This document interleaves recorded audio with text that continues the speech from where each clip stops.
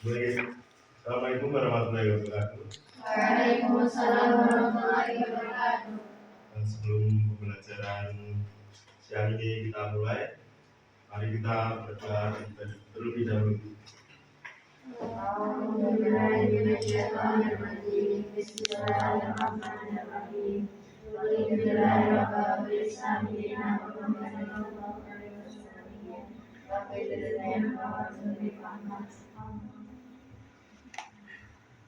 Jadi siang hari ini kita akan belajar mengenai mengenal dan menerapkan artificial intelligence atau yang disebut AI. Di sini ada yang sudah pernah tahu atau mencoba tentang AI? Sudah. Dengan tema modern biru teknologi dari konsep dasar hingga mini proyek penerapan AI dalam kehidupan sehari-hari. Di sini ada 4 tujuan pembelajaran. Yang pertama, mengenal konsep dasar dan jenis-jenis AI. Yang kedua, mengidentifikasi penerapan AI dalam kehidupan sehari-hari. Yang ketiga, menganalisis penggunaan AI untuk memecahkan masalah kompleks. Dan yang keempat, membuat mini project sesuai penerapan AI. Pemanfaatan ini.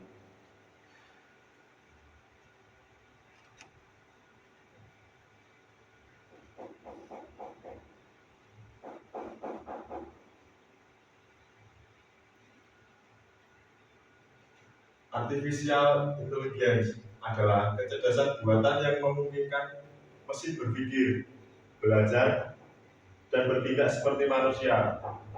AI digunakan di berbagai bidang, pertama dalam bidang kesehatan, transportasi, pendidikan, industri, dan hiburan. Sejarah AI yang pertama tahun 1950 ditemukan oleh Alan Turing, penulis Computing Machinery and Intelligence. Dan yang kedua pada tahun 1956 oleh John McCarthy memperkenalkan istilah artificial intelligence. Dan pada tahun 2000-an muncul machine learning dan deep learning. Dan sekarang AI hadir dalam kehidupan digital kita sehari-hari ini.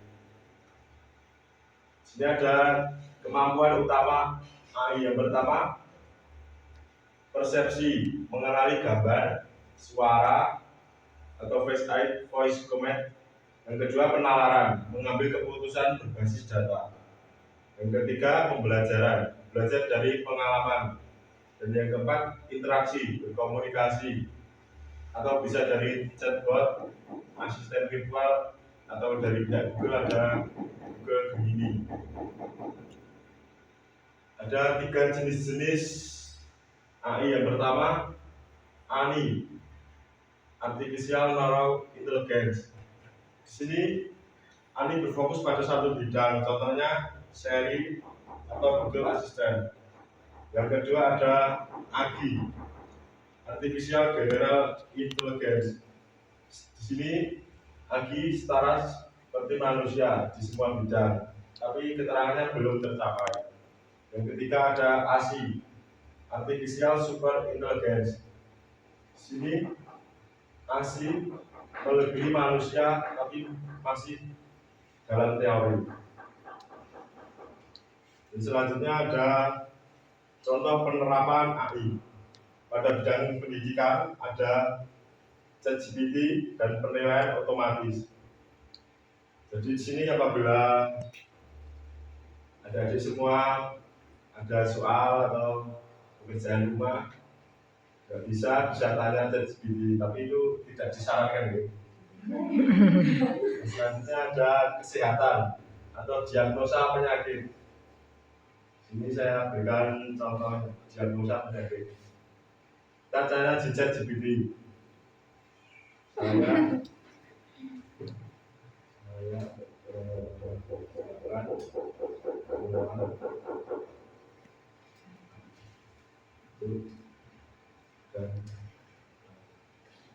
dan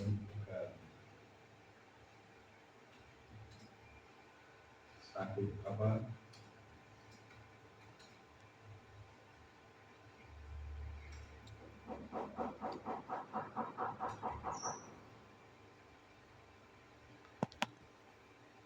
Dan di sini saya menanyakan tentang saya merasakan mual, batuk dan badan pegal. Sakit apa yang saya derita? Di sini ChatGPT memberikan jawabannya. Misalnya yang Anda sebutkan mual, batuk dan pegal. Yang pertama ada flu atau infeksi saluran pernapasan, dan COVID-19, gangguan pencernaan, demam berdarah tinggi, dan ada sarannya. Saran yang bisa Anda lakukan sekarang, yang pertama istirahat cukup, konsumsi makanan ringan dan bergizi, minum obat. Di sini juga ada paracetamol. Nah, jika demam tinggi ada solusinya. Dan selanjutnya tentang transportasi, mobil tanpa sopir. Mobil tanpa sopir ini familiar di Amerika dari pihak Tesla. Dan mobil tanpa sopir. Yang selanjutnya ada e-commerce atau rekomendasi produk. Kalian juga bisa mencari produk apa yang kalian inginkan, atau skincare atau apa itu sesuai kulit teman-teman bisa. Yang terakhir ada hiburan Netflix, TikTok, Spotify. Dampak positif dari AI adalah yang pertama efisiensi dan otomatisasi pekerjaan. Nah, pekerjaan itu lebih mudah karena dibantu tadi. Yang kedua ada membantu pengambilan keputusan. Yang ketiga meningkatkan produktivitas, dan keempat inovasi di berbagai bidang.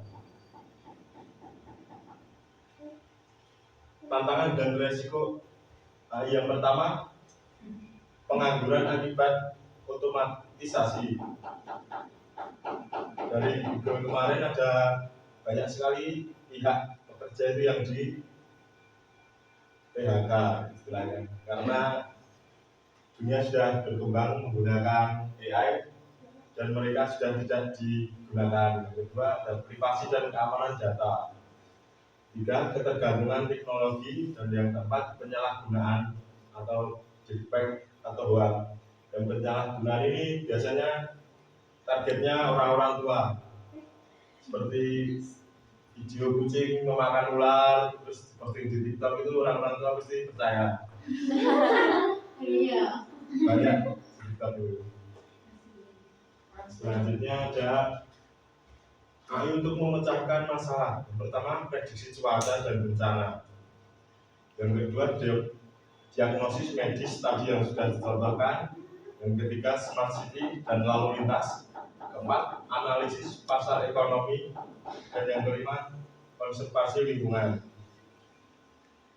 Langkah analisis masalah dengan AI yang pertama ada identifikasi masalah, yang kedua mengumpulkan data, yang ketiga latihan model AI, keempat uji hasil, dan yang kelima gunakan hasil untuk keputusan.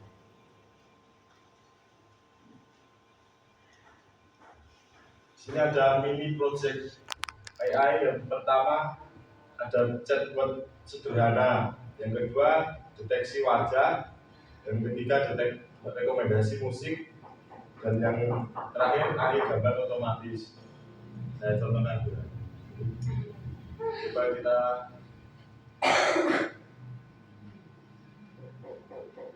menambahkan gambaran kucing.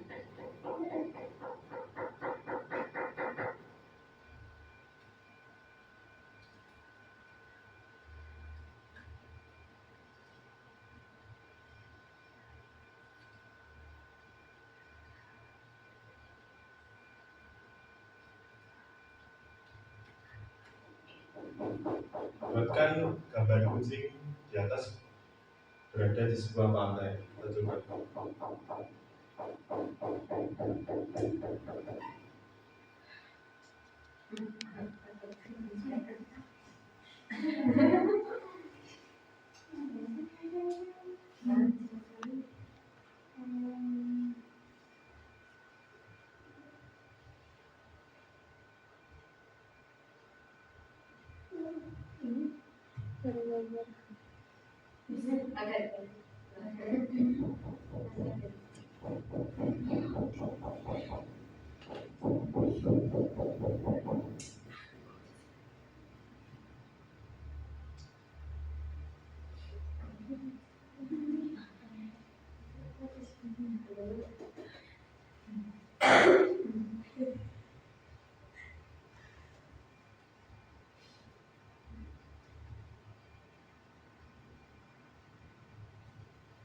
mulai.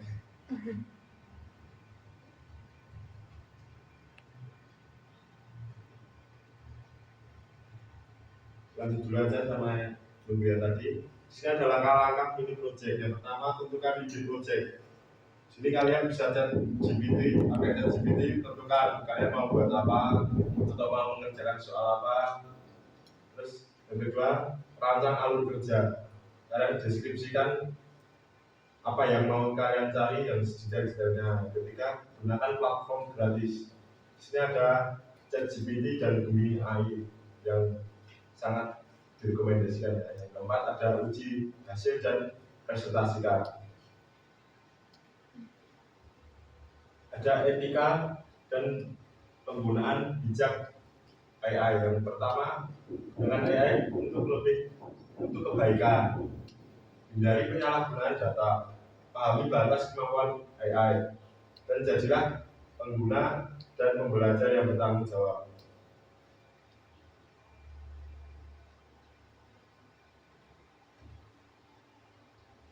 Nah, hasilnya enggak berpakai. Coba ada yang mau tanya apa gitu?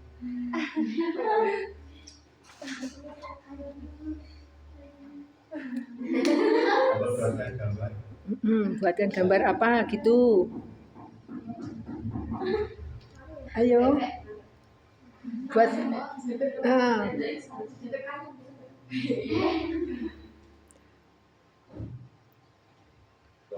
Sini ada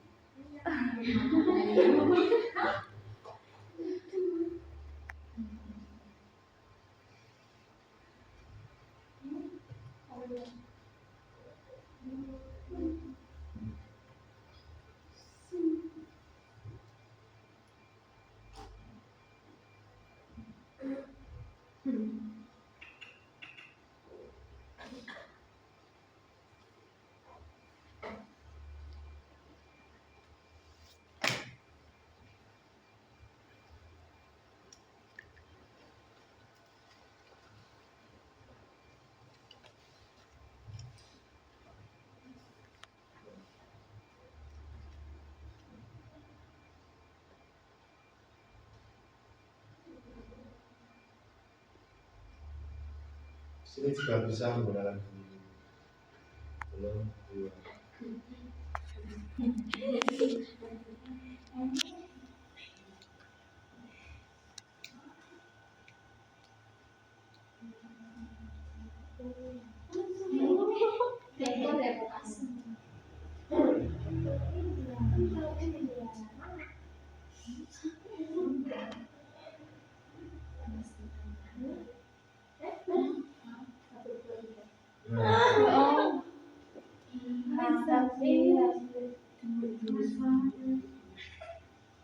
Contohnya yang untuk gambar. Kalau video coba.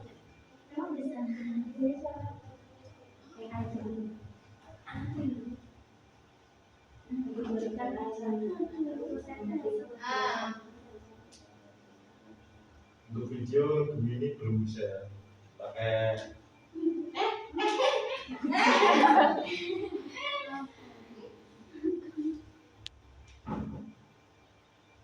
VO3 biasanya kalau membuat video.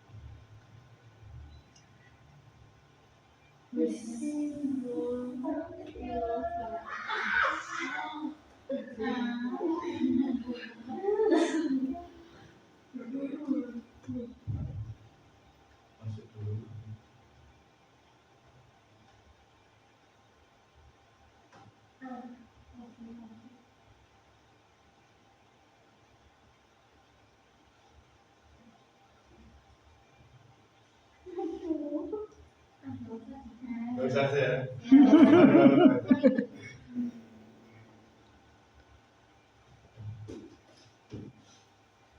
Dan di sini ada 5 soal. Jadi, yang pertama, tujuan utama dari AI adalah A. Menggantikan manusia sepenuhnya. Yang kedua, B. Membuat mesin dapat berpikir dan belajar seperti manusia. Yang C. Menghapus pekerjaan manual. Dan yang D. Mengurangi penggunaan data. Ada yang bisa jawab? D. B. Ya, betul. Yang kedua, contoh penerapan AI di bidang kesehatan adalah yang A. Chatbot belajar bahasa. Yang B. Diagnosa penyakit. Yang C. Mobil listrik. Dan yang D. Mesin ATM. Apa yang B? Betul. Yang ketiga, dalam penggunaannya di sekolah, ChatGPT sebaiknya dimanfaatkan untuk A. Menyalin tugas tanpa membaca. B. Menyontek saat ujian. C. Menyusun ide, belajar menulis dan memahami materi. Dan yang D. Mengganti interaksi sosial dengan guru. C. Keempat, resiko utama dari AI adalah A. Efisiensi meningkat. B. Menambah produktivitas. C. Meningkatkan kreativitas. Dan D. Hilangnya pekerjaan manusia. D. D. Betul. Dan terakhir, mengapa penting untuk memahami batas kemampuan ChatGPT? A. Agar bisa menggunakan dengan bijak dan tidak disalahgunakan. B. Agar bisa mempercayai semua jawaban ChatGPT. C. Agar bisa menonaktifkan kapanpun. D. Agar bisa menggantikan fungsi guru. Di sini penutup ada kata-kata AI bukan untuk menggantikan manusia, tapi membantu manusia menjadi lebih cerdas. Ya, cukup sekian ya pembelajaran pada siang hari ini. Kurang lebihnya mohon maaf. Ini tadi baru pengenalan tentang AI, baru dasarnya. Sebelum pembelajaran tutup, kita tutup dengan bacaan alhamdulillah bersama-sama.